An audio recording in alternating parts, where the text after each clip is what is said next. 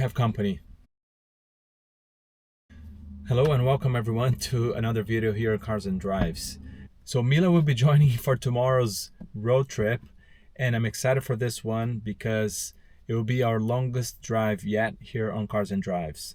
Tomorrow we're going to be making our way from Merano all the way to Monaco, because this week we have a very exciting event taking place over there, which is the first stage of the World Rally Championship. The rally will be split across different departments in the south of France. However, the departure and the arrival will take place at the Casino Square right in the center of Monaco. An exciting place to be, an exciting event. Since we're going to be in Monaco, I also decided to go to a different place the following day, which has been on my bucket list for a while now, which is the Prince's car collection. It's essentially a museum that you can visit. It's open to the public, and it looks like it's fantastic for the number of cars that they have. So I'm really looking forward to that as well. Monaco is always a fun place to be. I used to live in Nice and I would go there quite often. Nowadays I haven't been there for quite some time now, so I'm excited to go back and take you with me and show you around, show you some of my favorite spots and some of the nicest views that you can get when you're in Monaco. One of the nicest things for me is actually the drive from here all the way to Monaco, because we're gonna have around 7 hours of road, and for that we're gonna be making several stops along the way. If you've driven through Italy, you know that it has fantastic places that you can stop for coffee and food. So I'm excited to show you some of my favorite stops along the way for a good coffee and a decent lunch. So I better go home, pack, get everything ready, get Mila ready, and I'll see you tomorrow for an early start to make our way towards Monaco.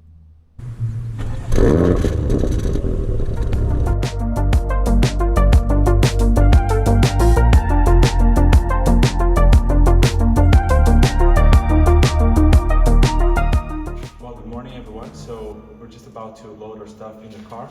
We have Mila with us, we have our luggage. Partially everything. There's more stuff to be put in the car, but this is what I like about the Macan. It makes it for a fairly practical car to do a trip like this. Sit, Mila, senta. This is stable.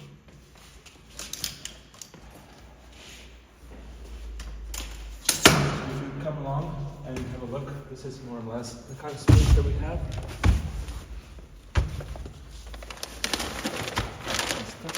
Here. Easily we can put luggage of 2 people with no problem, and some dog stuff. The tailgate always helps. We need a little more light, and then this is what we do with Mila usually when we travel. So Mila comes all the way here, maybe. Mila goes into the back seat of the car. Very easily and happy, comfortable. She's probably gonna sleep most of the trip. Just about to make our way into Verona quite soon. And this is one of the most beautiful stretches of the road for me, because we are driving through a valley and we have the Alpine chain just behind us. And as we make our way into Italy more and more, you'll see the mountains will eventually die down and we will be hitting flatland. So it's pretty much time for us to make a stop very soon. I'm just waiting for the next auto grill so we can get some coffee. The road is a little busier than I expected. There's a lot of trucks.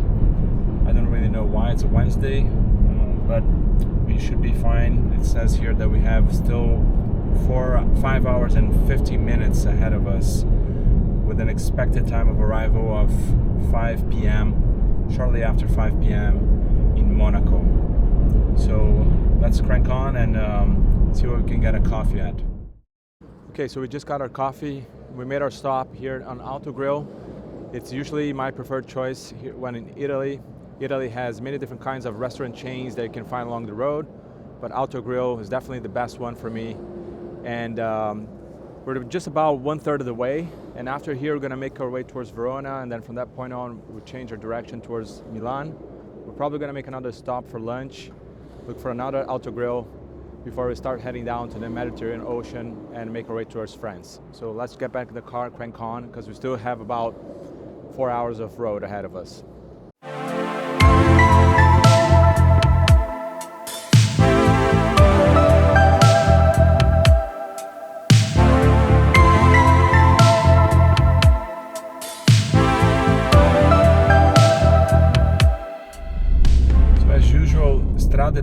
Fiori, always under construction. I've been taking this road quite a lot for the past 3 years, and there was not a single time that driven through here there wasn't a section with construction sites. So it's just a little frustrating because for the most part the road is fantastic.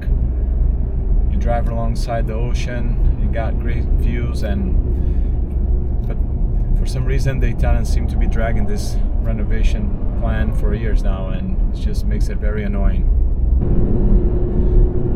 Okay, so we are about 50 minutes away from our hotel after 6 hours on the road. We have finally some great weather here because for the most part the drive has been quite overcast and busy, and right now we have what I think the most beautiful section of the road, Strada del Fiori, as we're making our way into France. It's just a series of viaducts and tunnels, so beautiful skies. We see the Mediterranean right next to us to the left, and as we're approaching France, soon after we cross the border, we should be making our way to Monaco in about 20 minutes, give or take.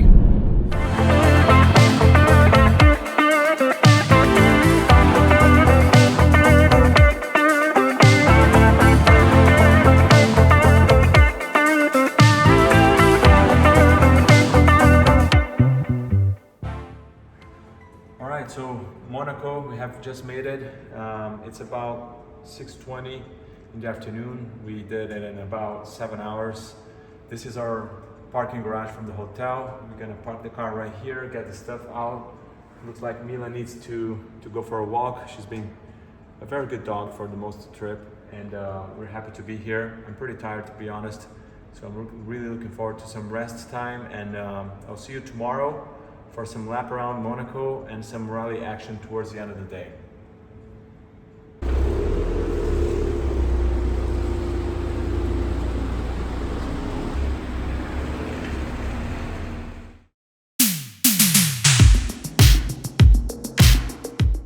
We kicked off the next day with some strolling around, making our way to the Marché Gustave Eiffel, or Gustave Eiffel Market in English, which ironically isn't in Monaco but just steps past the border with France, but you can't quite tell that unless you really see it on the map.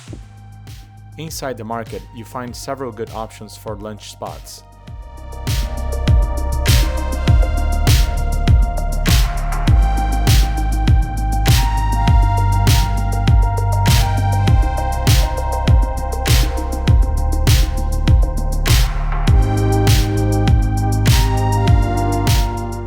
Alright, here we are. We just made it to Monaco's Casino Square. We're 2 hours ahead from the start of the first stage in the calendar of the World Rally Championship, and I wanted to bring you closer to the action because in a little bit we'll be coming back here for the live action. But just for now, you can see the podium where the cars will be taking off from, and it's cool that they have already brought a few cars. You can see them, they're covered in black. Right over here there's one, towards the back there are a couple more, and you see that people are starting to gather. So in a little while I'll be coming back here to find a good spot so I can show you the live action, and I'm excited to see what this event will be looking like then when we come back. So stay tuned.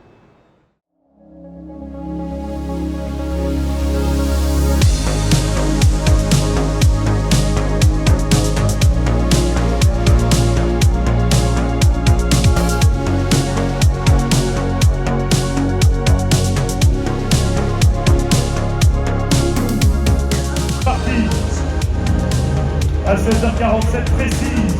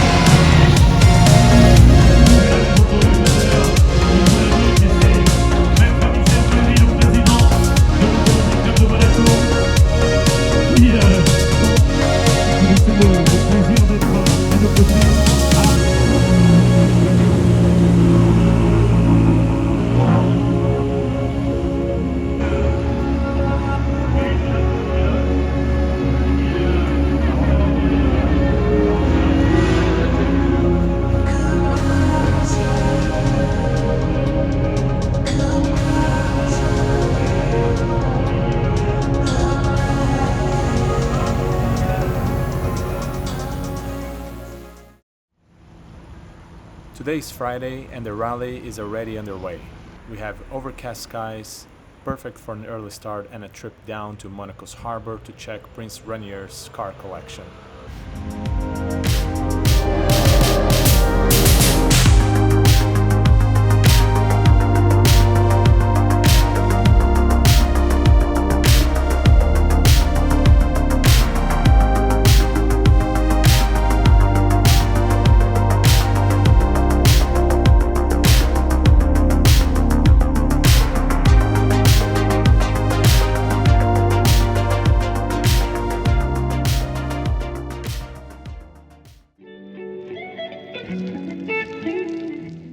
As you enter the museum, you're greeted with this iconic Lancia Stratos in its rally form, and to the right, a nice collection of F1 driver helmets. Needless to say that the most important one was right at the center, from legendary Brazilian driver Ayrton Senna, winner of the Grand Prix a record of 6 times.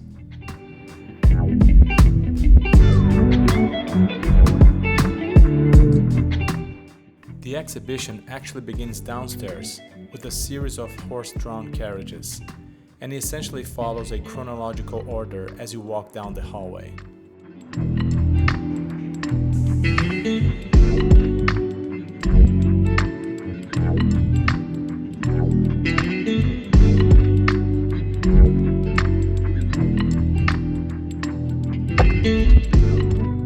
I'm not so big on early 20th century cars, but I have to give it to this blue Renault KJ1 coach and this Rolls-Royce Silver Ghost, both from the 1920s and in immaculate condition. Moving into the 1950s, some models displayed here made history by being in famous Hollywood films, like this convertible Sunbeam Alpine, which appeared in Alfred Hitchcock's film To Catch a Thief, starred by Grace Kelly, herself the then wife of Prince Rainier III.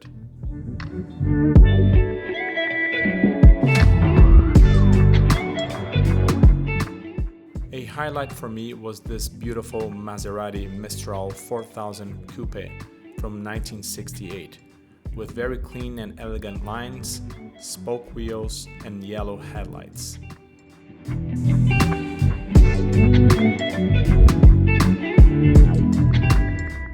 This is the car that Prince Albert and his wife used during their wedding ceremony in 2011. It is a Lexus LS 600H Landaulet with its roof cut off.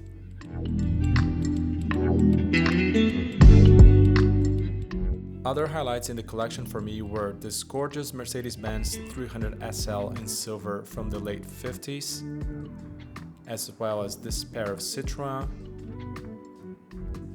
and this gorgeous Lamborghini Miura, built between 1966 and 1973, with its beloved eyelashes around the headlights.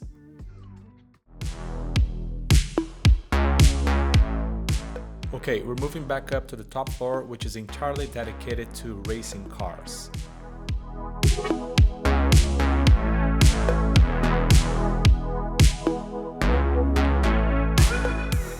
We start with a bit of history of the Monaco Grand Prix winners dating back from 1929, the oldest race in the F1 calendar.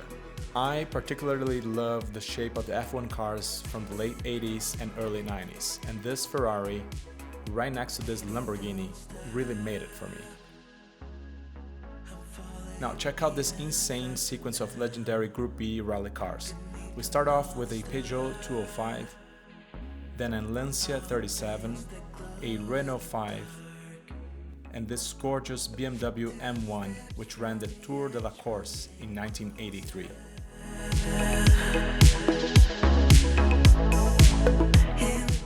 And then the jewels of the collection, the F1 cars. Wow, I wouldn't expect to see so many, let alone from all these different eras.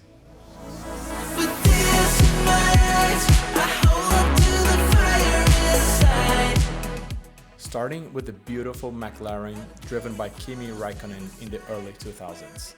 It is just amazing to see how the design of F1 cars has evolved over the last 4 decades.